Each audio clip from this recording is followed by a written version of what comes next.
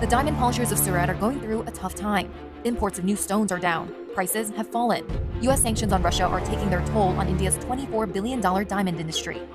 The Belgian city of Antwerp is the world's oldest diamond trading hub. Most of the world's diamonds pass through it. A quarter of them are from Russia, mined by Alrosa, a company that's part-owned by the Kremlin with links to the Russian military. There are some that think that Russian diamonds sold in Antwerp are more important than our fight. G7 leaders gathering in Japan for a weekend summit have a new round of Russian sanctions in mind. The country's lucrative metals exports could be one target. Diamonds could be another. Also taking a further step of banning imports of goods from several signature sectors of the Russian economy, including seafoods, vodka and diamonds. 24 फरवरी 2022 को Russia Ukraine को invade करता है और उसके एक महीने के अंदर USA, European union, G7 countries और नेटो ये सब मिलके रशिया के ऊपर भर भर के सैंक्शंस लगा। इसके चलते फरवरी 2022 से पहले नॉर्थ कोरिया के ऊपर थे 2100 सैंक्शंस, सीरिया के ऊपर थे 2600 सैंक्शंस, ईरान के ऊपर थे 3600 सैंक्शंस एंड रशिया के ऊपर थे 2700 सैंक्शंस। अटैक के कुछ ही महीने बाद रशिया के ऊपर ये सैंक्शंस बढ़ के हो जाते हैं 14,000 सैंक्शन, यानी कि लगभग हर वो सैंक्शन जो रशिया के ऊपर लगाना पॉसिबल था वो हर एक सैंक्शन यूरोपियन यूनियन और वेस्टर्न कंट्रीज ने मिलकर रशिया के ऊपर लगाया है, जिसमें से सबसे मेजर था रशियन क्रूड ऑयल और रशियन गैस को बैन करना, नॉर्थ स्ट्रीम पाइपलाइन को डिस्ट्रॉय कर देना एंड मोस्ट इंपॉर्टेंटली रशिया को स्विफ्ट नेटवर्क से बाहर कर देना। अब इतना सब करके भी वेस्टर्न नेशंस का मन नहीं भरा, तो वेस्टर्न नेशन ने सोचा क्यों ना इस बार रशियन डायमंड को मार्केट से बैन कर दिया जाए। अब मुझे नहीं पता इस मूव का रशिया के ऊपर कितना ज्यादा इफेक्ट पड़ेगा, लेकिन इसका इंडियन इकोनॉमी के ऊपर एक बहुत बुरा इम्पैक्ट करने वाला है और वेस्ट के इस मूव के चलते इंडिया में 1.5 मिलियन से भी ज्यादा लोगों के एम्प्लॉयमेंट के ऊपर खतरा आ सकता है और तो और इंडिया के $24 बिलियन के एक्सपोर्ट मार्केट के ऊपर भी बहुत बड़ा प्रॉब्लम आ सकता है। तो आज के वीडियो में हम यही देखेंगे कि कैसे रशियन डायमंड को बैन करने से इंडियन कंपनीज को इतना ज्यादा नुकसान होगा और कैसे इंडिया इस सिचुएशन से निकल सकता है।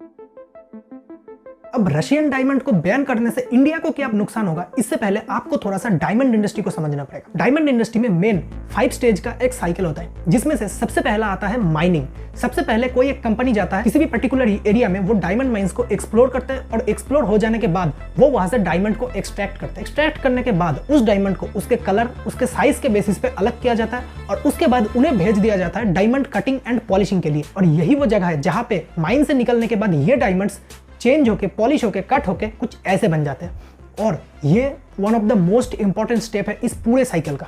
और ये जो डायमंड कट हुआ, पॉलिश हुआ, इसके बाद ये चले जाते हैं इंटरनेशनल मार्केट में सर्टिफिकेशन के लिए। ये चेक करना भी तो जरूरी है ना कि डायमंड असली है या नकली है, डायमंड लैब ग्रोन है या फिर माइन से निकाला हुआ है।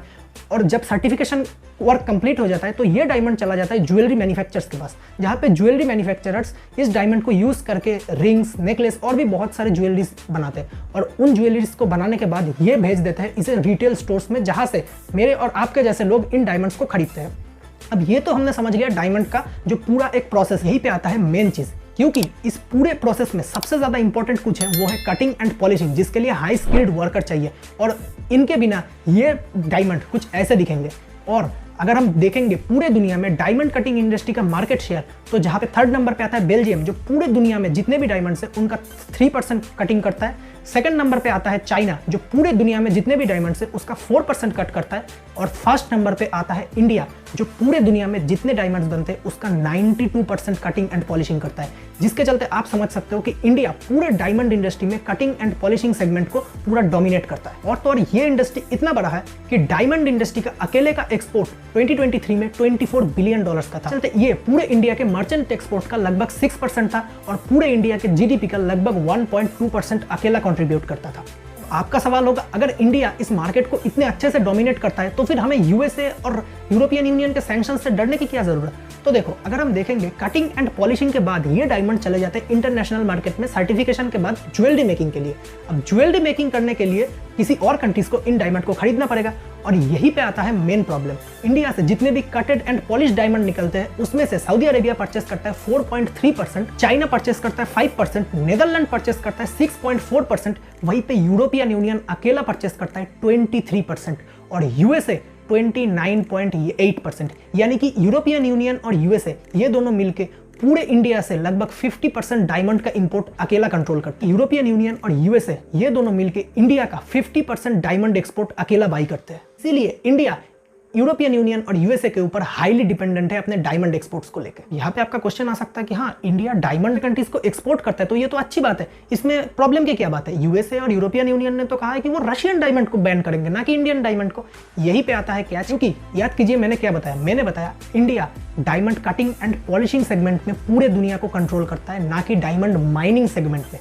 और अगर हम डायमंड माइनिंग सेक्टर में देखेंगे, पूरे दुनिया में 1.3 बिलियन कैरेट्स का डायमंड है, जिसमें से ऑस्ट्रेलिया के पास 11 मिलियन कैरेट्स का डायमंड रिजर्व है, कॉन्गो के पास 150 मिलियन कैरेट्स का डायमंड रिजर्व है, बोस्टवाना के पास 300 मिलियन कैरेट्स का डायमंड रिजर्व है, और रशिया के पास इन सबको कंबाइन कर दोगे उससे ज्यादा 600 मिलियन कैरेट्स का डायमंड का रिजर्व है। यानी कि रशिया पूरे डायमंड रिजर्व का 50% अकेला कंट्रोल करता है। तो और आप लोगों ने डी बियर्स कंपनी का तो नाम सुना होगा, जो पूरे दुनिया के डायमंड का 20% अकेला कंट्रोल करता है। यहीं पे आता है रशियन कंपनी अल्रोसा, जो पूरे दुनिया के डायमंड का लगभग 33% अकेला कंट्रोल करता है। और अगर हम देखेंगे इंडिया किस किस कंट्री से सबसे ज्यादा रफ डायमंड परचेस करता है, तो उसमें से टॉप पे आता है बेल्जियम, यूनाइटेड अरब एमिरेट्स और रशिया। और इनमें से रशिया पूरे इंडिया के डायमंड नीड का लगभग 50% अकेला कंट्रीब्यूट करता है। और इसी से आप अंदाजा लगा सकते हैं, जब यूरोपियन यूनियन रशियन डायमंड्स पे बैन लगाएगा तो इसका directly effect Indian diamond industry पे आएगा। तो क्या इस सिचुएशन से निकलने का कोई सोल्यूशन नहीं है? तो देखो, इस सिचुएशन से निकलने का सोल्यूशन तो सोचने का काम गवर्नमेंट का है,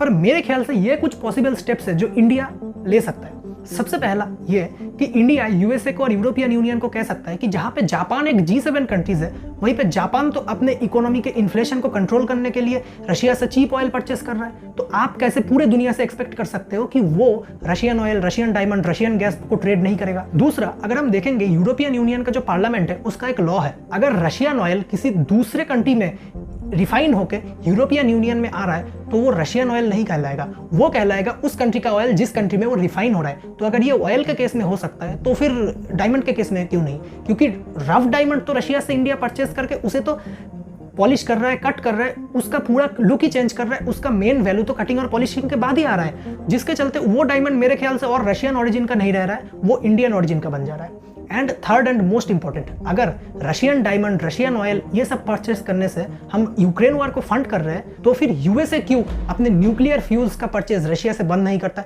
यूएसए क्यों रशिया के न्यूक्लियर फ्यूल एक्सपोर्ट के ऊपर बैन नहीं लगाता? क्योंकि यहाँ पे यूएसए का खुद का इंटरेस्ट है, इसलिए। तो भाई वेस्टर्न नेशन का हिपोक्रेसी तो इस बात से ही पता चल रहा है कि वो लोग जब खुद पे बात आएंगे तो वो लोग यूक्रेन वॉर को फंड नहीं कर रहे हैं, वो बस खुद के इकोनॉमी को संभाल रहे हैं। जब दूसरे कंट्री पे बात आएगा तो वो कंट्री यूक्रेन वॉर को फंड कर रहा है। और शायद इसीलिए 1974 में यूएसए के secretary of state Henry Kissinger ने कहा था कि becoming enemy of USA is dangerous but becoming a friend of USA is फाटल। भाई ये केस स्टडी आपको कैसा लगा कमेंट में जरूर बताना। अगर अच्छा लगा हो तो प्लीज एक लाइक कर देना, और अगर ऐसे ही केस स्टडीज देखना चाहते हैं तो चैनल को सब्सक्राइब जरूर कर लेना। मैं मिलता हूं आपको नेक्स्ट वीडियो में, तब तक के लिए थैंक्स फॉर वॉचिंग।